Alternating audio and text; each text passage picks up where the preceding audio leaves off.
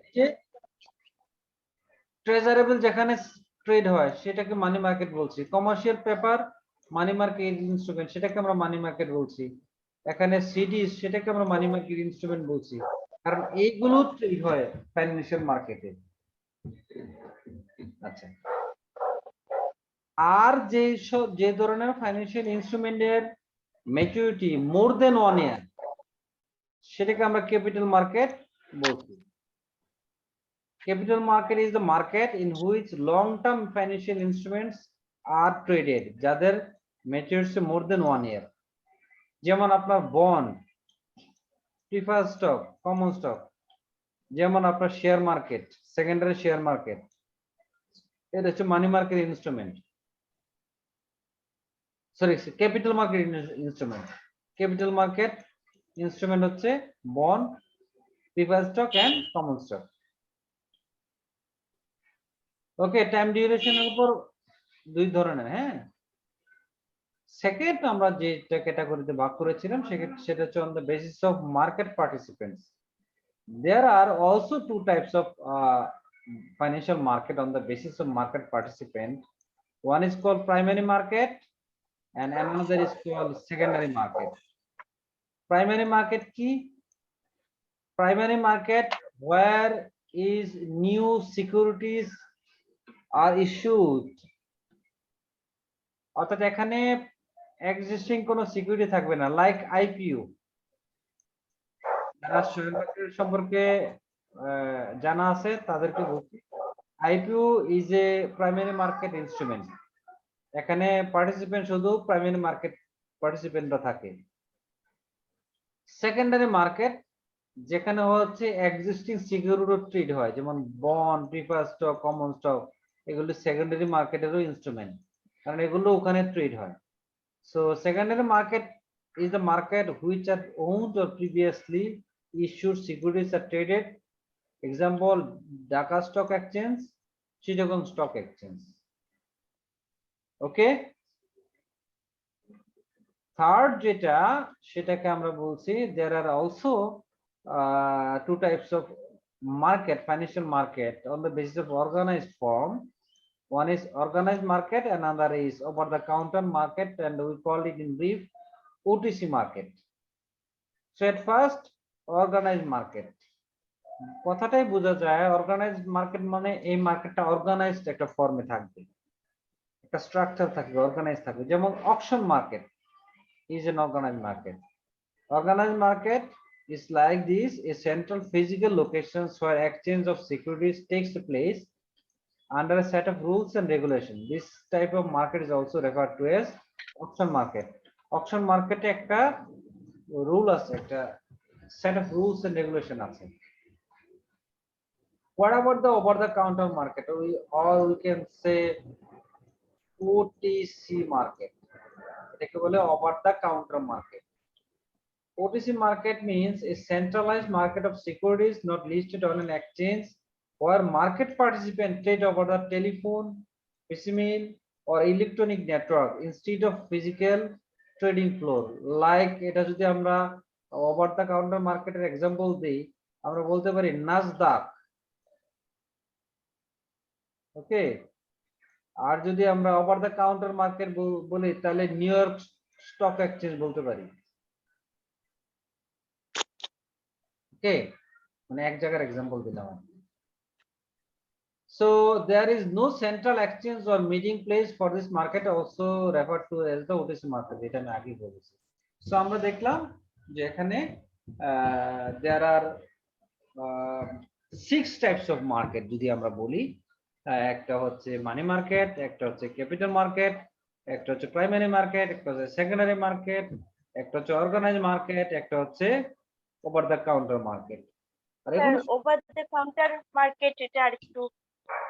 Over the counter market মানে হচ্ছে এটা কোনো লিস্টেড কোনো ফাইন্যান্সিয়াল প্রোডাক্ট ট্রেড করবে না, এটা হচ্ছে একটা ডিলার থাকবে অথবা একটা এজেন্সি থাকবে, ব্রোকারেজ হাউস থাকবে, সেখানে আপনার ইলেকট্রনিক নেটওয়ার্কের মাধ্যমে ট্রেড হবে।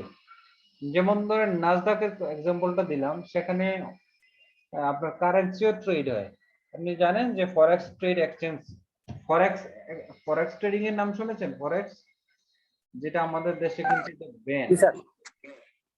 ফরেন এক্সচেঞ্জ ট্রেডিং যেটা স্যার। হ্যাঁ, ওরা কিন্তু ডলার নিয়ে কাজ করে। এটা যদি ডেরিভেটিভ ইনস্ট্রুমেন্ট, তিনটা কারেন্সি একসাথে হয়ে এটা মানে করে আর কি। আর নাসদাক যেটা করে এই ওই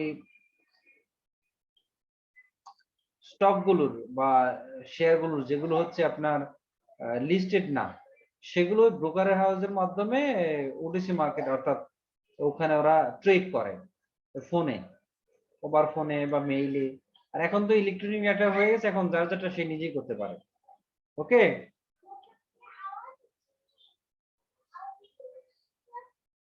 আমি উইল আই ফরওয়ার্ড? জি স্যার। ওকে,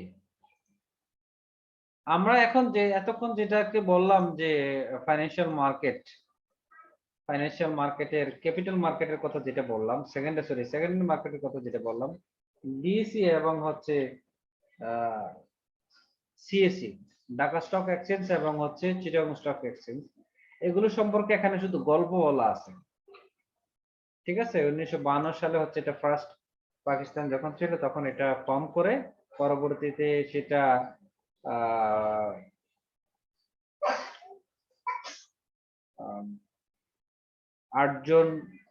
টোটাল 8 জন মেম্বার নিয়ে এটা প্রমোট করে। এটা হচ্ছে এদের মধ্যে 7 জন প্রমোটদের মধ্যে exchange were J M Edison, Scott, Mohammad Hanif, A C, A K Khan, Abdul Jalil, Mohammad Sabbir Ahmed and Shaukat Hussain. They were the promoter to set up the Dhaka Stock Exchange. আর এটা 1953 সালে হচ্ছে ফাংশনাল হয়, আর এটা ফার্স্ট গভর্ন হয় হচ্ছে 1952 সালে। এই হচ্ছে ঢাকা স্টক এক্সচেঞ্জের মানে হিস্ট্রি ব্যাকগ্রাউন্ড। চিটাগং স্টক এক্সচেঞ্জের হিস্ট্রিটাও জেনে নেবেন। এটা হচ্ছে খুব বেশি দিন আগে না, 1995 সালে এটা এস্টাবলিশড হয়। আমাদের তৎকালীন যে মন্ত্রী ছিলেন আমির খসরু মাহমুদ চৌধুরী, উনি এটা ইন্ডিপেন্ডেন্ট সেক্রেটারি হিসেবে এটা রান করেছিলেন। আচ্ছা, এখন এই দুইটার ফাংশনই সেম ফাংশন। কি কাজ করে? একটা হচ্ছে ওরা লিস্টিং অফ কোম্পানি লিস্টিং করে। দুই হচ্ছে provide the screen based automated trading of listed security, যেটা আমরা এটা হচ্ছে লিস্টেড, নন লিস্টেড হলে ওডিসি মার্কেটে যাবে। এই জন্য দেখেন না, ব্রোকারেজ হাউসগুলো, বিভিন্ন ব্যাংক বা আদার ব্রোকারেজ ফার্মগুলা এটা কম্পিউটার স্ক্রিনে বসে থেকে আপনার শেয়ার আপ এন্ড ডাউন করছে দেখায়, সেই কাজটাও কিন্তু ডিসি করে। Settlement of trading as per the settlement of transaction of regulation, যেটাকে আমরা সিডিপিএল বলি, এই সেটেলমেন্টের দায়িত্ব DC. Gifting of share, granting approval, transfer of share, এটার কাজও ঢাকা স্টক এক্সচেঞ্জ করে। মার্কেট অ্যাডমিনিস্ট্রেশন এন্ড কন্ট্রোল, এটাও ডিএসির ফাংশন। মার্কেট সার্ভেইলেন্স, কোনো ধরনের করাপশন হলো কিনা, কোনো ধরনের ম্যানিপুলেশন হলো কিনা, এটার কাজও হচ্ছে স্টক এক্সচেঞ্জের কাজ। পাবলিকেশন অফ মান্থলি রিভিউ এরা পাবলিশ করে। Monitoring the activities of listed companies, investor grievance cell, এটা ওদের আছে। ইনভেস্টর প্রোটেকশন ফান্ড, সেটাও ওরা করেন, হেল্প করেন। Announcement of price sensitive or the other information about listed companies through online. এই জন্য দেখবেন কিছু কিছু কোম্পানি আছে, ওরা যদি কোনো ধরনের ম্যানিপুলেশন করে ওদের লাইসেন্সটা কিছু দিনের জন্য হোল্ড করে রাখে, অথবা ওদের ব্রোকারেজ ফার্মের গুলো লাইসেন্স ক্যান্সেল করে দেয়। হ্যাঁ, এই কাজটা ওনারা করে। কারণ কথা শোনা যাচ্ছে না স্যার, কথা কেটে যাচ্ছে পুরো। শোনা যাচ্ছে না? এখনো শোনা যাচ্ছে না? আর না গেলে অসুবিধা নেই, আমাদের আর আজকের ক্লাস শেষ। এইটাই ছিল আমাদের ফাইন্যান্সিয়াল মার্কেটের টোটাল এক্সপ্লেনেশন। ছোট করে বলে ফেললাম। আমাদের আজকে আরেকটা চ্যাপ্টার আমাদের শেষ করার কথা ছিল, কিন্তু সেটা ধরতেই পারলাম না। অ্যানালাইসিস অফ ফাইন্যান্সিয়াল স্টেটমেন্ট, এটা এই যে ফাইন্যান্সিয়াল স্টেটমেন্ট। আপনারা নেক্সট ক্লাসে একটা হোমওয়ার্ক নেন, লিখেন সবাই। এখানে আছে কিন্তু এটা পড়ে আপনারা এটা আরো ডিটেলস আপনারা লিখবেন। রেডি? কোনটা স্যার? লিখেন what does it mean by financial statement? What does it mean by financial statement?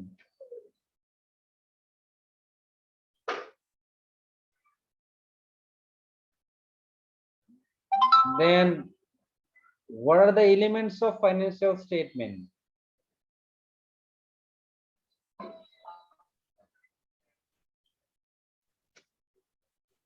Define each elements. বলেন তো দেখি কি লিখছেন, একজন বলেন।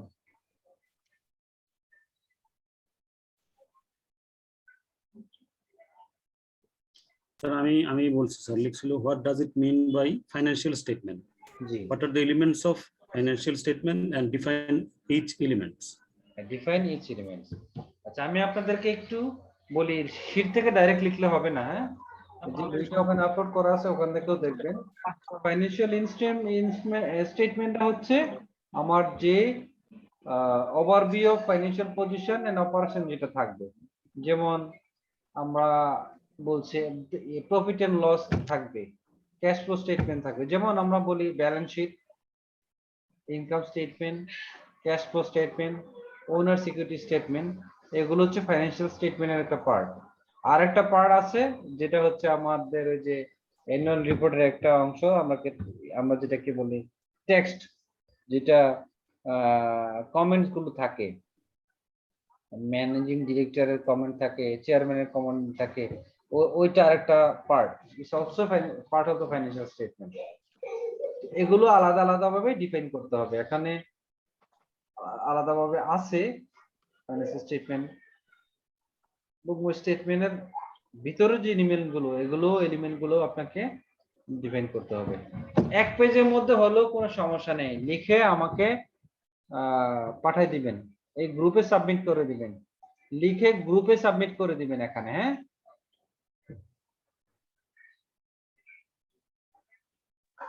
স্যার কি হ্যান্ডরাইটিং অর টাইপ করে স্যার?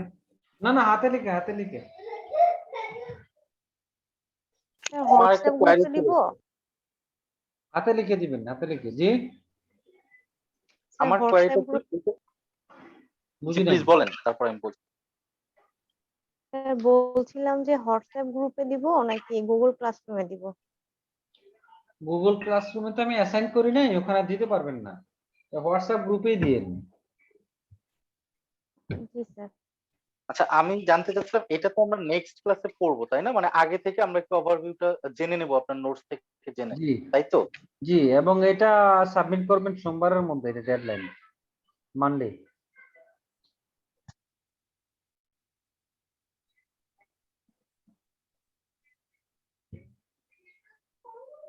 এক পেজের মধ্যে লিখলেই হবে, হ্যাঁ। অবশ্যই আপনার আইডি নাম্বার উপরে লিখতে হবে। স্যার টোটাল কোশ্চেনটা একটা পাইছি, আর কোনো কোশ্চেন আছে sir? What does it mean financial statement, elements of financial statement and briefly discussion. মানে এক্সপ্লেইন, ডিফাইন ইচ এলিমেন্ট, প্রত্যেকটা স্যার। এলিমেন্ট ডিফাইন করবেন। এটাই অসুবিধা নেই, এটাই। কোশ্চেনটা একটু আরেকবার বলবেন স্যার, কথা কেটে কেটে গেছিল স্যার, আরেকবার একটু শুনে। বলছি what does it mean by financial statement, what are the elements of financial statement and define each element.